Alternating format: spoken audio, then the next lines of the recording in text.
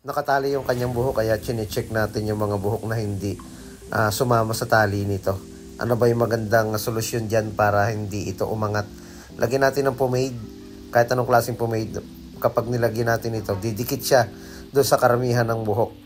At bago tayo mag-start, yung mga umaangat na buhok ay nakadikit na sa karamihan ng buhok nito. Kaya lagyan na natin siya ng balabal bago tayo mag-start. Number 3 na clipper guard sa gilid, hindi na babawasan yung ibabaw ng kanyang buhok.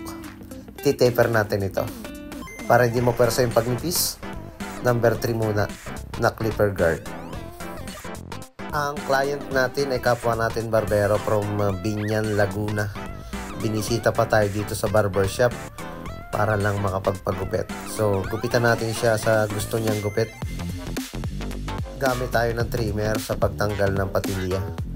Yung ating gupit na gagawin sa kanya ay taper. Siyempre kailangan nating pudpudin yung patilya nito and then lagyan ng guhit, pinakang guideline o sa lugar ng ating pag-aahitan. Tanggalin na rin yung makapal na bahagi dito sa likod. Sa paggamit ng trimmer, dapat ay kontrolado natin yan yung paghagod.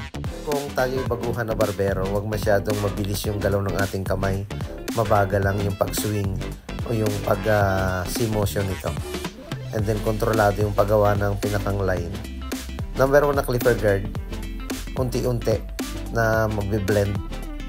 Huwag nating ipuwersa para hindi siya maging straight yung pagbawas. Dapat pabuka ng konti, mas makapal dito sa parte ng kanyang gitnang bahagi o sa middle part.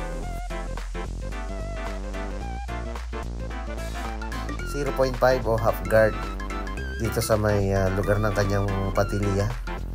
Hindi natin pinipuwersa o hindi natin agad nirerekta. And then 0 close. Balik tayo sa 0.5 na clipper guard dito sa likod. Same pa rin yung gagawin natin yan.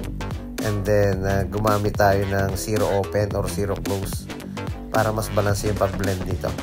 Gamit tayo ng shaver sa pinakang ibabang bahagi para mas magandang tingnan. Overcomb again para mawala yung biglang pagkanto nito. Ako ay nagpapasalamat dahil binibisita tayo ng ating mga kapwa barbero na followers natin. Kahit medyo malayo pa yung kanilang pinanggalingan. Basain bago ahitan. Kapag mayroon ng guideline yan, hindi na siya mahirap ahitan. Malinis na rin yan kapag ginamitan natin ng trimmer. Kaya halos hindi na tayo mahirapan mag-ahit. May iwasan na rin nating makasugat dahil kitang-kita na rin natin yung lugar kung saan tayo mag-aahit. Ayun, okay na.